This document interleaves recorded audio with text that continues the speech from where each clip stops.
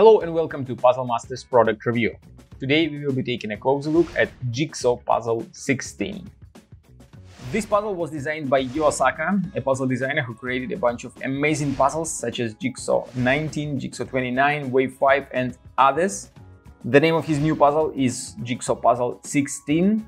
Difficulty level of this puzzle is 8 out of 10 on a Puzzle Masters difficulty scale that runs from 5 to 10. And the objective of the puzzle is to fit all 16 jigsaw pieces into the frame.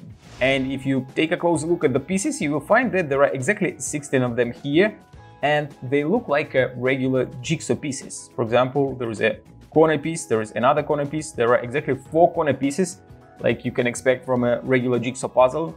There is an edge piece, and there are exactly 8 edge pieces, and there are also like middle pieces. So nothing special about the parts, they're just the regular jigsaw pieces with the regular shape. And if you take a closer look at the frame, you will find that there are exactly 16 spots inside the frame.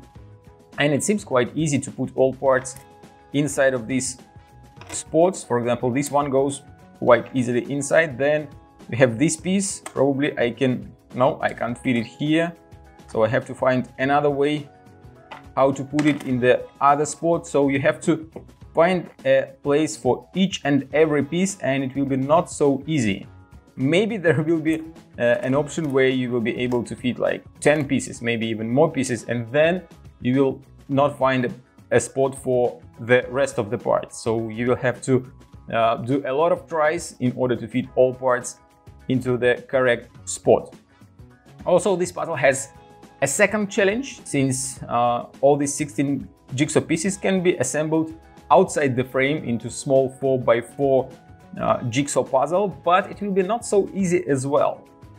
You may put almost all parts together and you will have only one piece that is not going to fit, so you have to start again and try to assemble 4x4 jigsaw again.